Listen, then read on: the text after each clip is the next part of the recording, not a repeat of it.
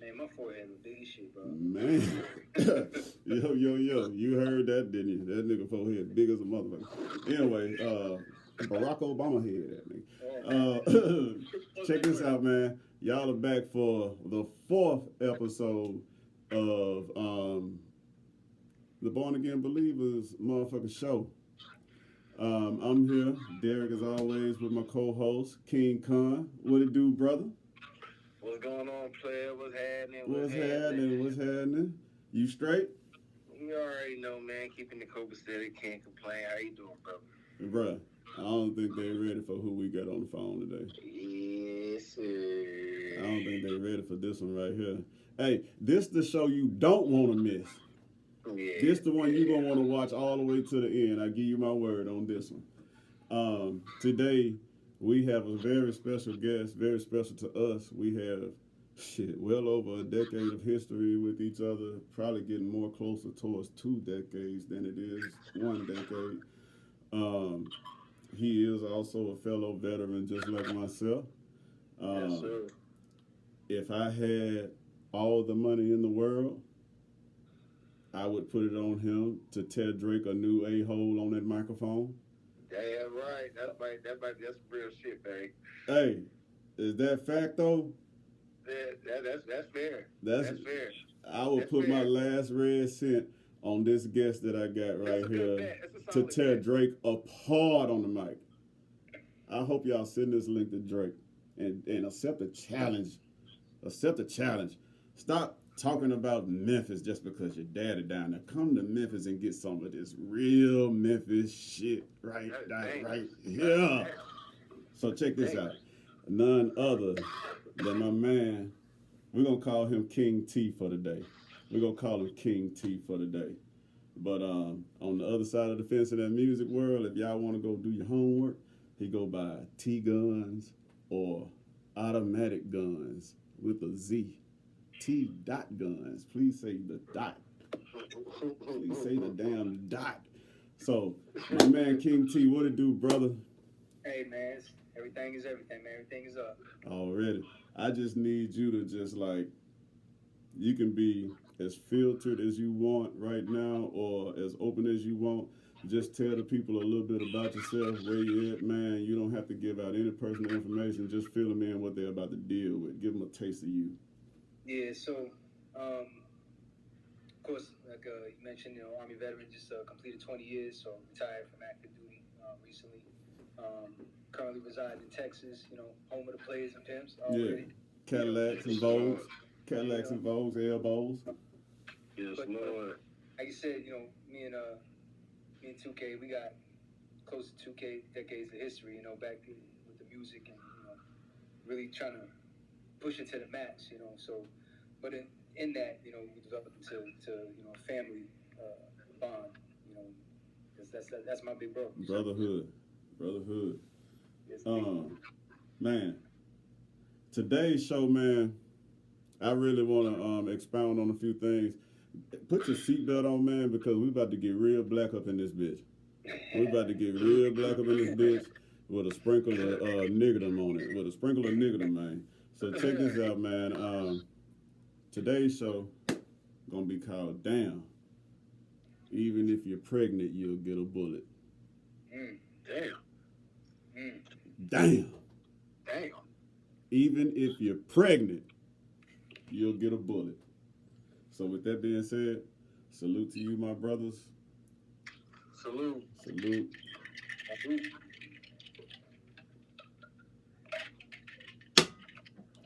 Straight into it.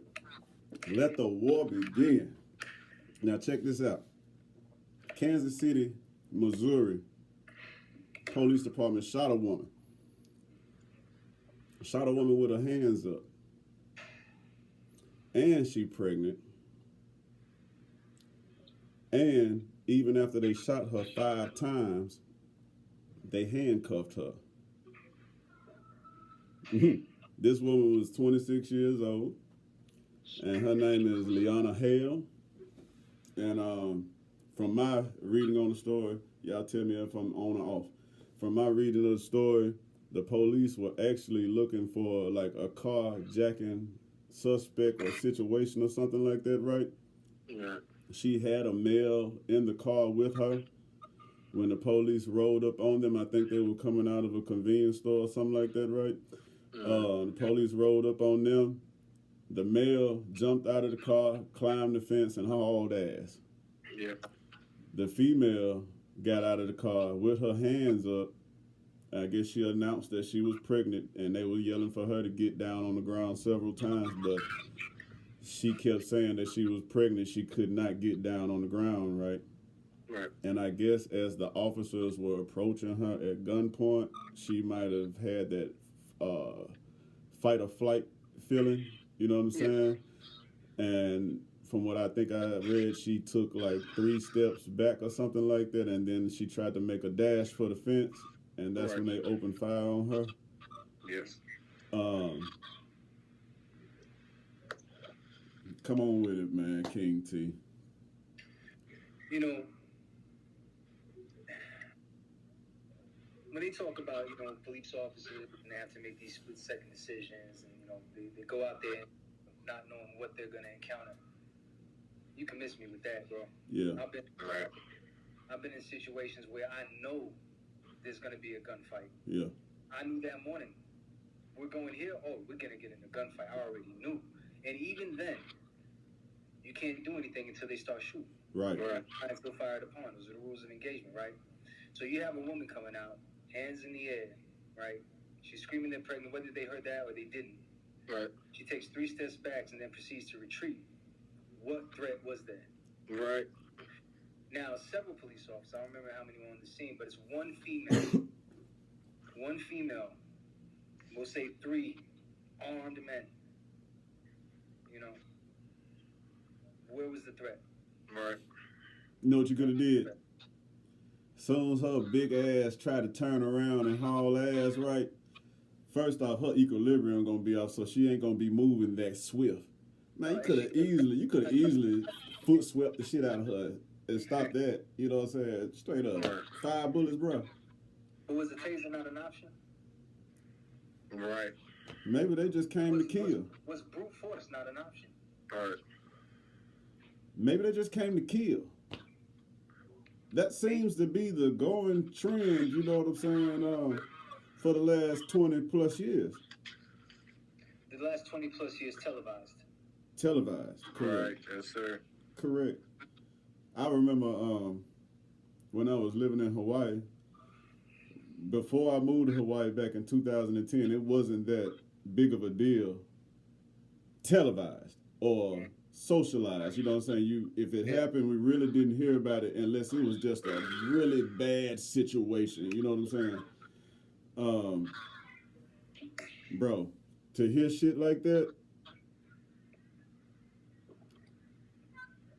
at first, I just look at it cowardly. Right. One, that's a woman.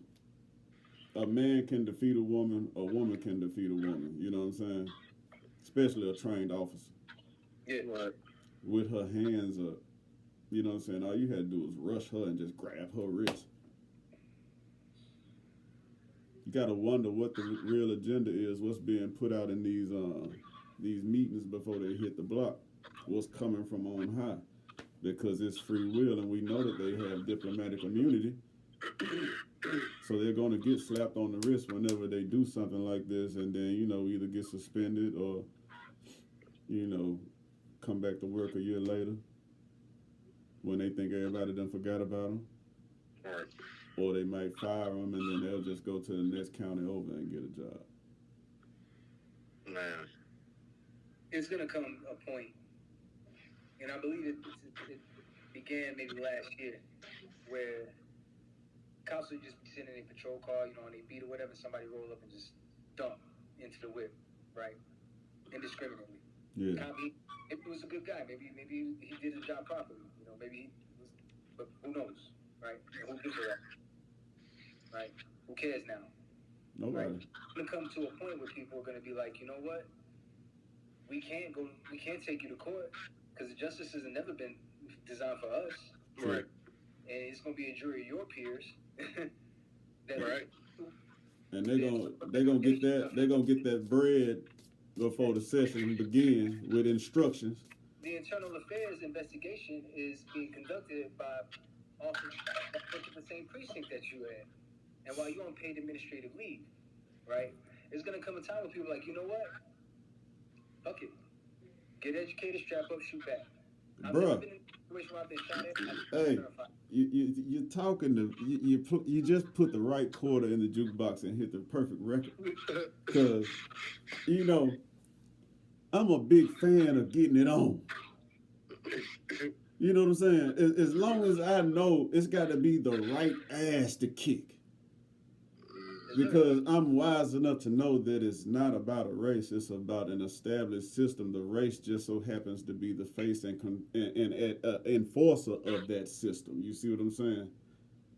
And to keep things mild, they allow us to sit in little places because we can't think outside of the ceiling that they have allowed us. You know, only those with nuts like us three on the system right here are willing to punch a hole through the ceiling and see what the fuck else is out there. Yes, sir. You know, the issue is with breaking through that glass ceiling, their fear that the people that are up there, that they may sink into the glass basement. It might be the goddamn basement. You might keep hitting the basement every time you level up. That glass ceiling, you know, for black people, for women, also, you know, not a lot of us are, you know, SEOs and CEOs and FBOs, whatever. They're like, well, what about the glass basement? Like, why do we have to be the plumbers and the laborers and shit like that? We did 400 years of that shit. My nigga, we were the kings. Now we've come to collect. And we were the kings, bro. We ruled the world. They see that you got a little bit of money, you got something going for yourself, you're kind of well off. They don't like that shit. Oh, they don't like that shit.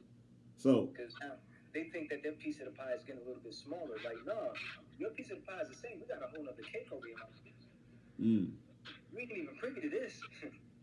This that black building, homie. Hey, what your boy Malcolm say?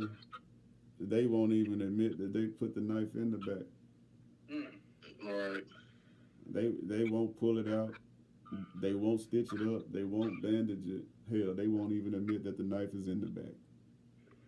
And you better not try to teach somebody that it's there. Yeah. Otherwise, that's your motherfucking ass. Yeah. Man, I'm telling you. So, Paul. Yeah. You want to touch a little bit more on that? Yeah. Well, first of all, I want to say, like, you know, prayers out to Leanna Hale's family and everybody who's being affected by the whole situation. And I want to give, like, a rest in peace to Emmanuel Hardy, a man who was shot yesterday by a white male while he was walking his dog at his own complex in Kansas City, Missouri.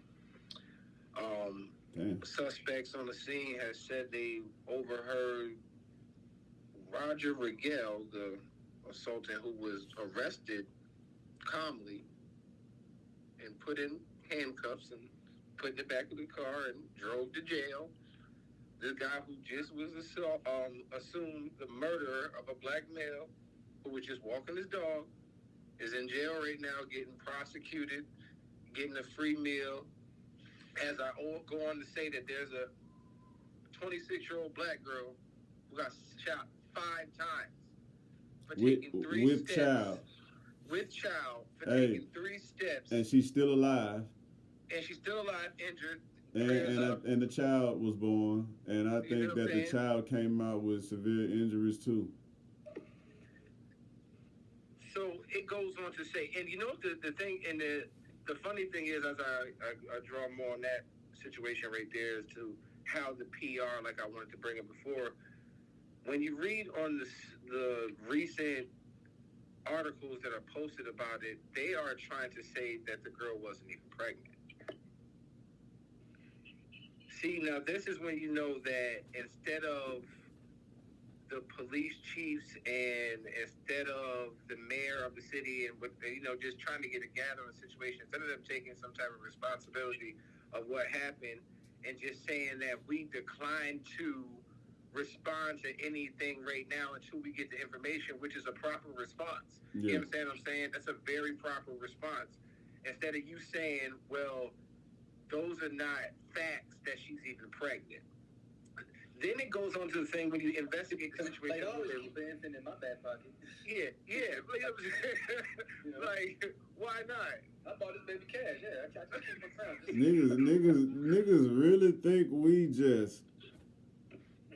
But then if you go further into the situation, you ask, I looked at it that they were two highway patrolmen.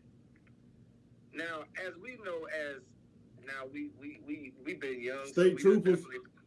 We done been pulled over before, but how are you pulling me over at a gas station when I'm at a store and you a state trooper? Man. This is when it goes into stuff like that, this is the in-town police thing if anything is going on. So why is the highway patrol getting off the highway to catch me at a Family Dollar? Because my thing was like, if the crime was committed on the highway, then yeah, they continue to pursue. Right, of course. Whatever. Right. But and it said it was a stolen car. So no, they say that they was looking into a carjacking. She got out of the car with her hands up, and she said that there is a gun in the car after dude took off and jumped the fence. She told them that there is a gun in the car, and I am pregnant. I can't get down. They kept yelling for her to get down, get down, get down. She said, I am pregnant.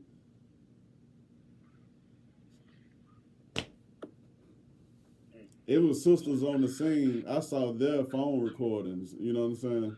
Yeah. And one of the women really lost her cool, broke down because she saw her daughter die in front of her, and she thought she saw that woman die in front of her.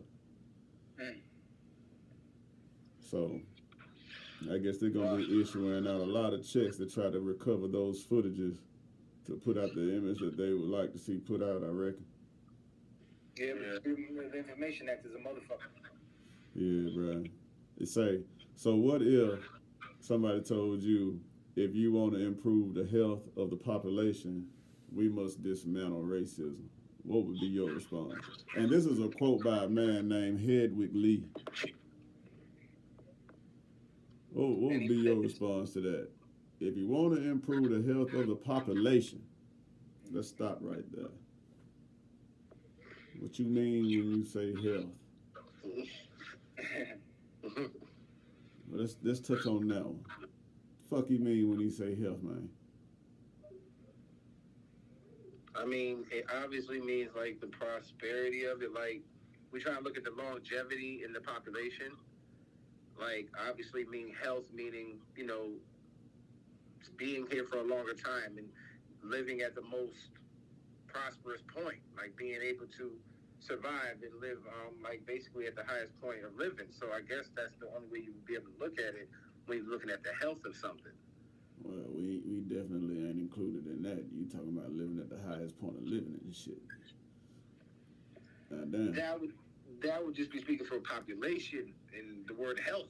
That's what I would get from it. You know what I'm saying? Yeah. The thing with the health is more of a kind of a mutual agreement, you know, amongst mankind that I'm not gonna kill you and you don't kill me. Right. I steal from you, you don't steal from me. Right. I rape you, you don't rape me.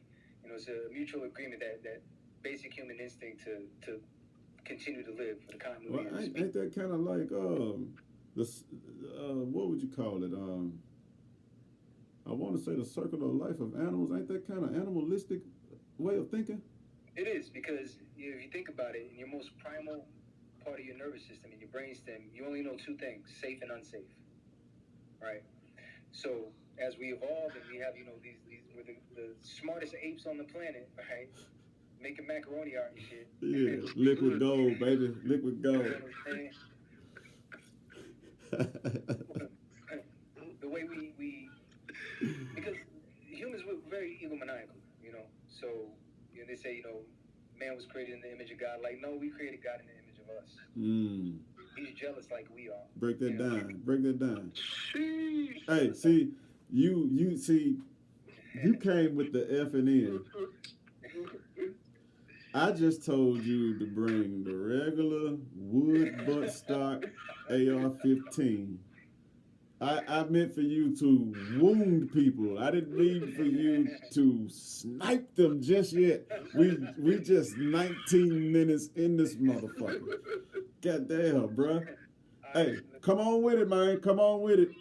All right, so you know, mankind's our greatest feat was to live long and proliferate.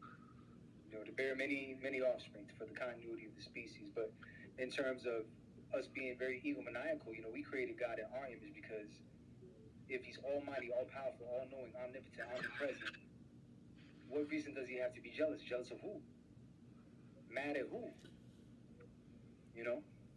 If I may. Yeah. I read this book, right? Called The Lost Book of Enki. Enki. Okay. Y'all look for that shit on Amazon, man, if y'all interested in going deep. From what I read, right, and this is from a credible man, you know what I'm saying, that I think was assassinated for writing these books, these series of books. I think he was assassinated. I'm not gonna say, but I think he was. You know what I'm saying? It's levels, bro. You know what I'm saying? Like they have us so focused on, and we don't even know. You know, as a whole, I'm just gonna keep it already gutter. As a whole, we don't even know his name. We just say God. You know what I'm saying? Some people, maybe our elders, might have focused on TMH, the Most High. You know what I'm saying? They would say the Most High God, but because they had a respect for where it said in the Word that you can't get to the Father unless you come through me. So they held Jesus Christ high. That's probably why you seen his picture in everybody grandmama and great grandmama house back in the day. You know what I'm saying? Yeah. But from what I read, there is a Most High God, right? But there are many gods that counsel with him. They have offspring that equate them to another level of gods with a certain level of responsibilities. And I may be talking cosmic right now. I'm with you. And then this is what I read now. Then there's another level. I think I want to say it started with actually Enki and his brother Enlil coming to Earth on some runaway shit. But he devised a way not to be murdered. He was running to keep from getting killed, this Enlil cat, right? Or Enki cat. And he discovered this place, which was off in the distance that no one had went to, that was feasible for him to live under. He decides he gonna come on through here. They had already something deteriorating, I guess, or some type of shield or whatever. He discovers that the earth holds gold, decides to radio whom they call the Most High, right? And let him know that, hey, I can do this, I can do that, with the hope that it would save his life. And over time, they all decide to descend upon this planet, doing the labor them damn selves, and became very fucking lazy and decided to create man. That's what I read in a certain book. And, you know, I have read many other concepts, I should say, you know what I'm saying, of how they feel like creation may have started, or who sits on what seat in what position or whatever, whatnot. Like, I got a homeboy down there near you that say he went to Italy, went to Rome and Greece, and, you know, like, where all of these mythological people, gods, whatever, whatnot, that we have read of, right? And then he says that from what he gathered, he stood in places with these inscriptions on them and listening to the tour guide to understand that these people were actually real and they were black. Yeah. That's crazy. We were the first people on Earth. Word. You know? That's crazy. So, like, you think, like, improving the health of this population, I would say the health of this population would be like the standing condition of it, the cohesion, I guess, the functionality of it. Is it smooth? Is it a well-oiled engine? You know what I'm saying? Is it does it seem like it's seamless? It doesn't fail, you know, whatever, whatnot. I don't know how you could improve it because the way that I see that it was established and that the way that it's going, those that's doing the heavy lifting are the ones suffering, and there's only one that we never see that's getting to pick the fruit off the tree from the effort. So if they sitting up high picking fruit from the tree of our labor, right? Who the fuck is going to allow us to dismantle that cushion that they able to plant on for generations to generations? You can forget that. That's a fairy tale. So my thing is, how the fuck can you stand in my face and say that, bro, knowing that? Anything, any bureaucracy that's ever been torn down has been done with stealth and sudden violence. Out the blue, not knowing that it was going to happen, just out the blue. The way you tear down a bureaucracy, stealth, Caesar. Had to send Brutus up through there. Because think about it, 9/11, we didn't see that shit coming. Period. There was no warning. It was stealth, they were in the country, and then sudden violence. And on such a grand scale, to kind of get that sense of entitlement that we as Americans tend to have about ourselves. I'm American, It did pump us up. Yeah, like, nah, y'all burn just like we do. Bro, I remember where I was at when that shit happened, right? I was in Fort Sam Houston, as a matter of fact. Yeah. And, matter of fact, I was getting an omelet made in the line, in the defect. And, the news came on and it showed like, boom, boom, the first plane, you know what I'm saying? And all I remember is like the drills was running up through there like, oh, we going to war, boys, we going to war. And look, this back in fucking 01. Yeah, I was a junior in high school. You know what I'm saying? So like, by the time 03 came around, I had no clue that I was going to be participating in the first wave to go get busy off a motherfucking lie. Oh, nigga, let's go. Let's talk about the biggest lie told to us. I always tell people, like, what was the Army like? It's like spending 20 years of your life, and every so often, dying. Every couple of years, you almost die. Bro. Hey, and every year, somebody died. Talk about the Army like it has a persona, like you personify it, and the Army's looking at you like, yo, little nigga, yesterday, you almost died. Yo, they want you to tell like, yo, you go in the Army, bro, man, after about 5 years, you'll be in a Lambo. Nah, bro. Nah. What you gonna do is you gonna get deployed and come back home and put all your money on a Hellcat. Yo, when I came back, everybody was putting their money down on SRT8s. Swear to God, this was Lil Boosie was at his prime. Wipe me down. Hit me, man, dog. I'm telling you. He had the most thugged out niggas in the world dancing. I'm telling you, the thugs. He had thugs out there with baggy pants on, dirty white ass Reeboks on, and wife beaters. We was on the dance floor getting low. Let me get that Boosie fade. Hey, I ain't even gonna lie. When I was in the Army, my haircut was the Southside fade. Yeah. I was rocking the Southside fade before y'all knew about Paul Wall. Hey, no lie. Hey, on another thing, and this ain't the motherfucking toot my goddamn horn, but just let you know, there's some OG originator shit right here.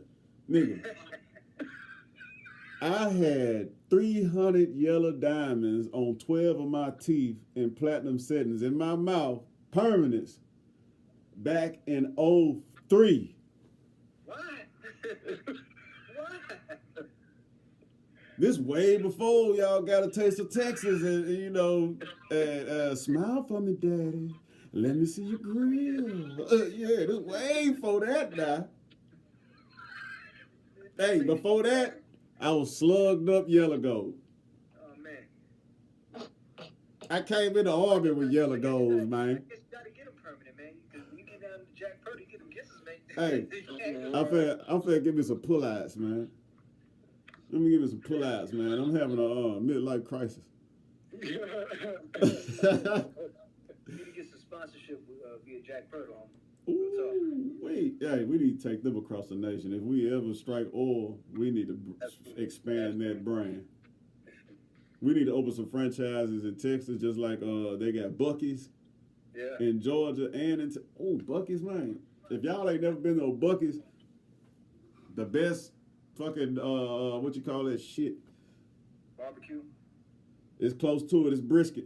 The best brisket sandwich you could ever get your hands on at a gas station. Yeah, Buc-ee's. Get on that. But circling back around to the elephant. So yeah. What was the second part? The elephant in the room was we must dismantle racism.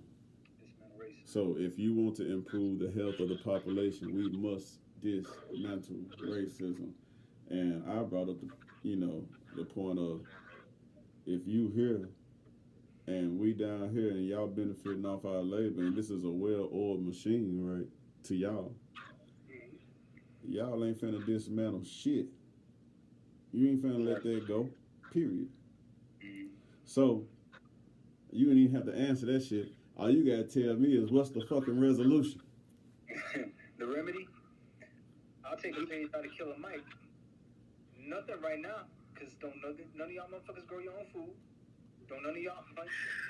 If you have a gun, it probably ain't registered, you ain't get illegal. Hey, and you ain't never cleaned that motherfucker. Nope. Niggas don't know how to niggas don't know how to dismantle their motherfucking firearm. You don't know how to shoot, to take down some game. You don't know how to clean it, how to skin it, how to utilize every part of that animal. You don't know how to live off the land. You don't know how to start a fire.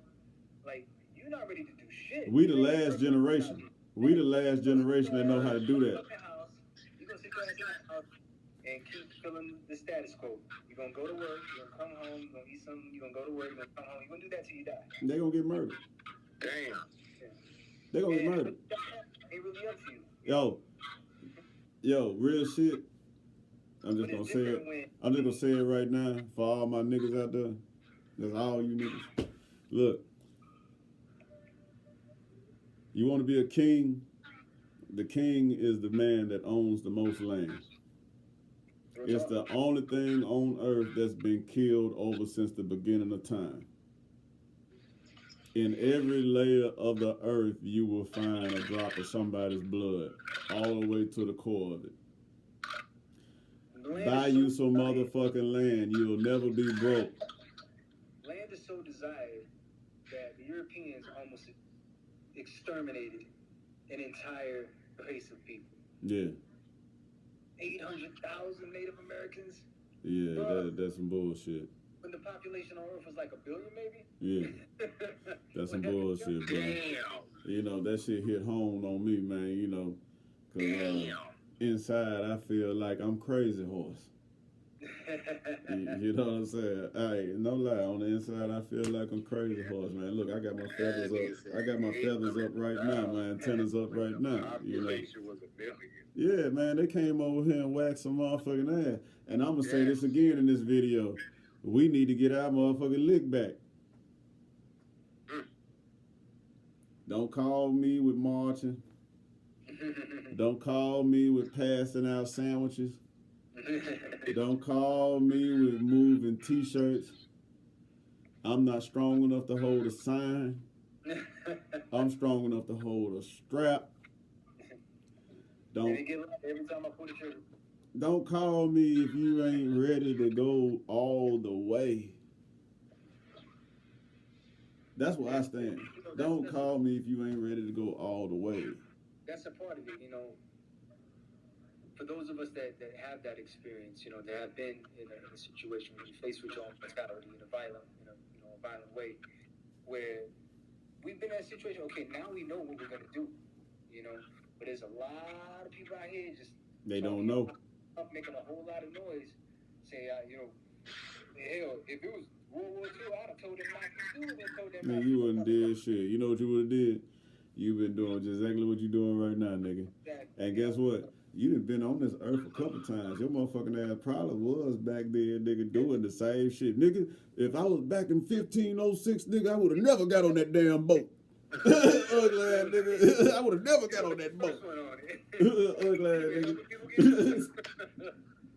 Hey, if I was back then, soon as I seen the boat come, I would have set it on fire before they hit land. You a goddamn lie. You a goddamn lie. You gonna look at that motherfucker come all the way in and get low. You know, and you hear a lot of people say, like I hear from, my peers and stuff, like, yeah, you've been downrange, blah, blah, blah. The civilians ain't built like that. Nigga, you ain't built like that. Nobody's built for war. And then, yeah, guess what? We were once civilians. Yeah. We had to be molded into that. Nobody's built for war. Nobody raises their kids and say, hey, you're going to be a warrior and you're going to go out there and you're going to look people that you never met in a country, in a language, and a culture that you don't understand. Yeah. Once upon a time, though, that was the standard. Yeah. Like... It was always predicated that there was a threat. Before civilization, back then, you had to be ready. You got to be ready. So, a question for both of y'all: do y'all believe that our black veterans, such as people like yourself, do you believe that your group of people are like a very valuable asset towards the change towards that? Like, because you guys actually have the training and the knowledge that you have is one of the most valuable things right now towards the inevitable situation that needs to happen before we're able to move on, period. Go ahead, Big Red. I'm gonna let you talk first. Shit. First off, I feel like it's gonna have to be something that the overall majority desires. Don't nobody want to hear nobody. Don't nobody want. Everybody wants to do their thing. You know what I'm saying? Like, without accountability. Don't nobody want to hear shit about shit until shit hit the fan, and then they gonna be looking for them niggas that was with the shit before the shit hit the shit. You know what I'm saying? By that time, it's too goddamn late. I can't teach you nothing in enough time right now to save your motherfucking ass. Right? The best thing you can do is listen and instinctively react and respond. That's it. But there are people like me in the wild, being a voice, right? Trying to warn and attract, like, nigga, let's motherfucking train. Like, nigga, let's do community loans and buy land so we can build plots outside of these cities so we don't get suffocated in. Like, nigga, we the spending power. Why can't we just get together for whatever differences, whatever not, just be fucking black and put it together and save each other? It's like, you said, when the shit hits the fan, the shit never hits the fan when you expect it. It's always on a bright, sunny day and everything's good, going, and then shit hits the fan. And so, the skill set that we have, from our training, from our experience, having, been downrange, conducted our business down there, we can only, you can leave the horse in water, you can't make him drink, right? But the horses in my stable, I could grab them by the back of the neck and push their head, damn motherfucker, you gonna drink this water, right? So what I mean by that is that I can't impact the black man down the block. Next door may be because he's within my sphere of influence. Right. I can only impact what's within my sphere of influence. Now, as we can, we're kings and we get more, I don't want to use the word clout, but we get more notoriety. We're renowned and respected and revered. That sphere of influence increases. It's like in the army. Every time you get promoted, your sphere of influence increases. Right. I was saying earlier, which is leveling up. But if your sphere of influence is just you and the people in your house, then that's what you got to work with. You make sure that they're trained. Because individual, man, woman, and child has their own sphere of influence. Mm-hmm. If I teach my son, hey, 1 + 1 = 2, and you go to school and little Johnny says, no, it equals 3, you're like, well, Johnny, you're full of shit. Yeah, kiss my ass, Johnny. Let me teach you, because Johnny's within his sphere of influence. Now Johnny's like, oh, dead ass, it do mean 2. Hey, no cat, it equals 2. Right. Oh, Johnny be good. Yeah, so, we impact what's within our sphere of influence, and, if you have the opportunity and the capability to reach out and the willingness to do it, you have to be able to, take people based on their merit. If you know they're not cut out for it, if you can't act it, cut sling load. I can't work with you. This portion of this revolution or whatever is not for you. Maybe there's another job. Maybe you play the flute while we march in a battle, but you don't die with us. Hey, and high step while you do it. Yeah, because I don't want to devalue anybody and minimize, their contribution. So, what you saying is, either way it go, nigga, do something. Yeah, exactly. I don't ever want to minimize anyone's contribution, to the movement, but you have to understand where your lane is, And if you decide you want to swerve into the fast lane, then you got to be ready for a fast response. Everything's like that, man. It's laws of physics. Even so, everything is equal opposite reaction. Something's gonna happen. I feel like this. If one of us go to war, all of us need to go to war. Oh yeah. Hey, listen, we like NATO. Aggression against one is aggression against all. That's what I feel like. Yeah. Well, I ain't gonna say feel like. That's where I'm at. Like you touch one, we all need to flame up. Aggression against one is aggression against all, and then the response will be devastating. Because ain't no chill. Where the warriors at, bro? Ain't a lot of us, bro. That's the fact. There are not a lot of us. There's some that were warriors, and it affected them so profoundly that they don't want to be anymore. Right. There were times, downrange, we get contact, and anybody that says they weren't scared is either crazy, like clinically insane, or lying. Every time there was always butterflies in my stomach. I was always afraid, like STD, dog, scared to death. Bro, I had a prayer that I used to say, like every time that contact would make on us, right? I would say this quick little prayer, and then I would just take a deep breath and get up and do my job. You know what I'm saying? So I completely agree with what you're saying. Yeah, and in those moments, it's like, I don't want to be doing this. I don't want to be in this situation, and I don't want to put them in a situation. You be ready for that shit to be over with. As quickly as possible. When we going home. But that sentiment is very short-lived, because once you realize the magnitude of what's happening, that, they're trying to kill us. On everything. In the worst way. Yeah. Right? You fall into the worst part of yourself to where it's rage. And I'm talking a rage that's not comparable to anything. It's like, I hate you, I hate you, I hate you. If you was a woman, I'd rape you. That shit. Hey, Whitey had that rage. He still got that rage in him. That motherfucker, as soon as he get on the motherfucking warpath, the first thing he do is pull his dick out and rape and pillage and rob and steal. But he gonna pull that dick out in the midst of terror. He got in the midst of massacring and slaughtering niggas. You done found time to get your dick wet. You know why? Because you kill a man, he's dead. But if you take someone's humanity, man. Bruh, they gonna fuck your woman. They might fuck you up the ass. Them niggas was on some other shit. But think about it, that's nothing new, right? Back when they had us in chains, right? They would rape all women, teach us to rape all women, and make us watch.